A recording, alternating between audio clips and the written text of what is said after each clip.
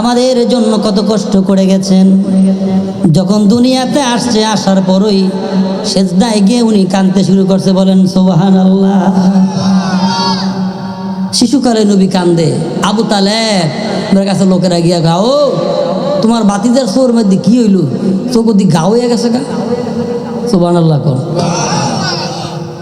বাতিজাতে কি হলে এখান থেকে তো বলতে জানে না, জানে লোকেরা গেছে গিয়া দে হ্যাঁ কিরে বাতিজা তোর চোর মধ্যে কি হয়েছে, তোর বড় রোগ দেওয়া যায়, গাও দেওয়া যায়।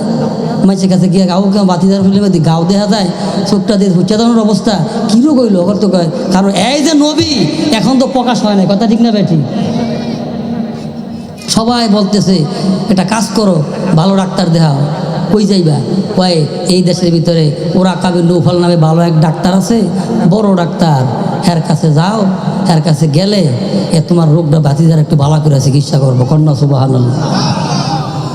ওরা কাবির নৌফল ছিল, উনি 6 মাস 3 মাস মাঝে মাঝে দরজা খুলতো না, লিখে দিত এখন খবর আসি। 3 মাস দরজা খুলন যেত না, 6 মাস দরজা খুলন যেত না, উনি ঘরের মধ্যে বয়ে খিজানি করতো। কন্যা সুবহানাল্লাহ। গিয়া দে দরজা বন্ধ, লোকেরা দরজা বন্ধ করে লাইছে। অনেক দিন পর্যন্ত আর দরজা খুলতো না। বাইর যাও গা, কয়েকটা কও কি আমি মক্কার বড় নেতা আবু তালেব হিরা দিতাম, আমার বাতিদার এই অবস্থা। ডাক পারতাছে, ওরা কাবির নৌফল বাচ্চা আস, কোনো আওয়াজ নাই। উনি তাওরাত জাবরের হাফেজ ছিলেন। হাফেজ সাহেব বাড়িতে আছেন? ও আওয়াজ দেয় না। ডাক্তার সাহেব আমি আইছিলাম, আমি আবু তালেবে, একটু দরজা যদি খোলেন ভাই দয়া করে, আমার বাতিদারা লইছি, এতিম মানুষ, তার বাপ নাই। কন্যা সুবহানাল্লাহ। কি দরজা খবর নাই, অনেকক্ষণ দরজায় ধাক্কায় গুতায় ঠেলে গুতায়, দরজা খোলে না। বাতিজা আমার নবী কয়, চাচা আপনি তো বড় বড় গলা ডাক দিলেন, ডাকলেন, আপনি ডাক দিয়ে সারা দিল না, আমি কিন্তু চেষ্টা করে দেখবো। আবু তালেবকে, বেড়া মক্কার নেতা, আমি বড় বড় বক্তৃতা করি, আমার আওয়াজ ওই বেড়া দরজা খোলা না, আর তুই দিনের মানুষ, তুই ধাক্কা দিবি, তোর কথা কইব, তোর কথা ধাক্কা দিবি, আর তোর আওয়াজ এবার দরজা খুলবো। তো চেষ্টা করিয়া দেখ। উনি খালি দরজার মধ্যে খালি আত্রা লাগাইছে, সাথে সাথে দরজা খুলে লাইছে। আমার নবীর ভাবনা আছে না নাই? সূরা মাউনের তাফসীরের ভিতরে আসছে, ওয়ালা ইয়াহুদ্দু আলা তাআমিল মিসকিন।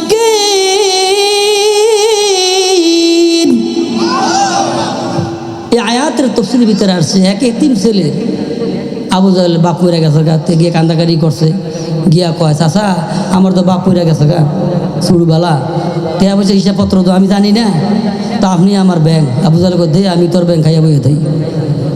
টাকা পয়সা নিয়ে দিছে। 1 বছর পরে গিয়া তো জিগায়, চাচা টেয়ার দিতেন না? কবে টেয়া দিস? কোন দিন টেয়া দিতে? কয় কি ঠুকানা খাইতে বাগান থেকে? কন্যা নাউজুবিল্লাহ। আছে না নাই? দেউড়ে একে বুদ্ধি দিছে, আরে তোর টেয়া দোষ আবু জাহেল থেকে টেয়া কয় দিতি না, যদি ফারস তো এর বাতিজাদের কাছে যা, আর রহমাতুল আলামিনের কাছে যা, যার শানে আল্লাহ কোরআন শরীফে বলেছেন, ওয়ামা আরসালনাকা ইল্লা রাহমাতাল লিল আলামিন। আরো জোরে বলেন আল্লাহু আকবার। যিনি রহমতাল তামাম দুনিয়ার লেগে রহমতাল লিল আলামিন, যিনি এতিমের দুঃখ বুঝে। কোন সুবহানাল্লাহ। فأما اليتيم فلا تقهر وأما السائل فلا تنهر। আল্লাহু আকবার। যিনি এতিমের সব দুঃখ বুঝে, এতিমের সব বাসা বুঝে, এতিম সমস্ত এতিম যার মায়ার ছায়াতলে আশ্রয় নেয়, চিল্লে এখন আলহামদুলিল্লাহ। গিয়া কয়, নবীজি আপনার কাছে আইসি, আপনি তো তামাম দুনিয়া দিনের দাওয়াত দেন, ইসলামের কথা কন, আর আপনার চাচায় আমার টেয়ারি খাইয়ে বই রয়েছে, টেয়ারি দেয় না, একটু লইয়ে দিবেন, নিজে দয়া লাগে। নবী এতিমের কথা শুনলে পাগল হয়ে গেছে। কন্যা সুবহানাল্লাহ। কয় আমার তো জ্বালায় তোরও জ্বালাইতেছে। কহ গিয়া দেখা দি, চাচা বাইতাছেন দাঁড়ন। এই ডাক যখন দিছে খাইতে বসিল, তার কই গেছে তার টুই, কই গিয়ে তার ভাঞ্জাবি, কই গিয়ে তার জোতা মোতা খাওয়ান বাসন নালাই যায়, বাতিজা কি লেগে ডাক দিছো? কন্যা সুবহানাল্লাহ। এই যে বাতি আমরা এই 3 মাসে টেয়ারি নিস, তাতে টেয়া ভানানি, ও ভানা নিছেন নি? কয় নিছি। খাইছেন নি? কয় খাইছি। তে খুঁজছিল নি? কয় খুঁজছিল। দিছেন নি? কয় না। তো দেন না কি আরে? কয় আমি কি টেয়ারা লই আইছিল কইরা, তুমি কইলে ঘর থেকে আমি দিয়া দিব। কন্যা সুবহানাল্লাহ।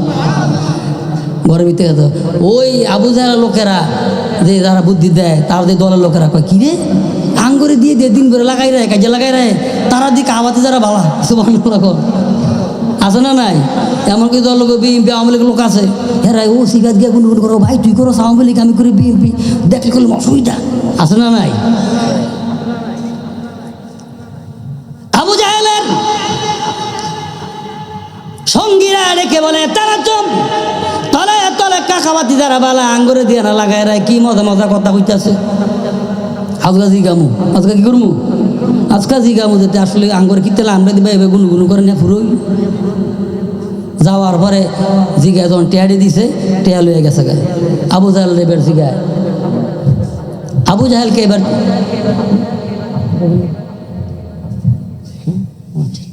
আবু জাহেলকে এবার জিজ্ঞাসা করে যে আপনি যে আইলেন বাতিজার লগে গুনগুনু করলেন, টেয়ারিও দিয়া দিলেন, ঘটনাটা কি? আবু জাহেল ডেকে বলে ম্যাডাম জানডাতে লই আইছি 33 বার সুবহানাল্লাহ কও, টেয়ারাকে আমি এমনি দিছি সিফা লিল্লাহর মধ্যে বইরা দিছি, সিফা থইরা। আমি টিয়ানলে দিয়ে জীবনে হুঁচত কয় না, আমি তো দিই জীবনে কারো টিয়ান তেমনি দিতে।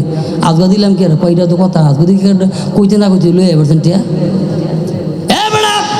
সিফাত পুরা টিয়া দিছি। কোন সিফাত পড়ছেন? আমি দেখলাম মুহাম্মদ যখন আমাকে বলল চাচা টেয়ারা দিয়া দেন, আমি দেখলাম রে সূরা মাউনের তাফসীরের ভিতরে আসছে, আমি দেখলাম মুহাম্মদের দুই কাঁধের মধ্যে বিশাল বড় অজগর সাপ, যার একটা মুখ জমিনে আর একটা মুখ আকাশে দেখা যায়। জিগায় কয় হাফটি আমার খালি কয় টিহা দিবি নাকি আমার বিত্তে আবি? তোরা ক কিতাম আমি টিয়া দিতাম নাকি হাফের বাতি দিতে, তোরা কি কথা আমি হাফের ভিতরে দিতাম গা টিয়া না দিয়া? সুবহানাল্লাহ। এই জন্য টাকা আমি দিয়ে দিছি রে। মুহাম্মদ সাল্লাল্লাহু আলাইহি ওয়াসাল্লাম এত পাওয়ার ছিলেন যখন সুবহানাল্লাহ।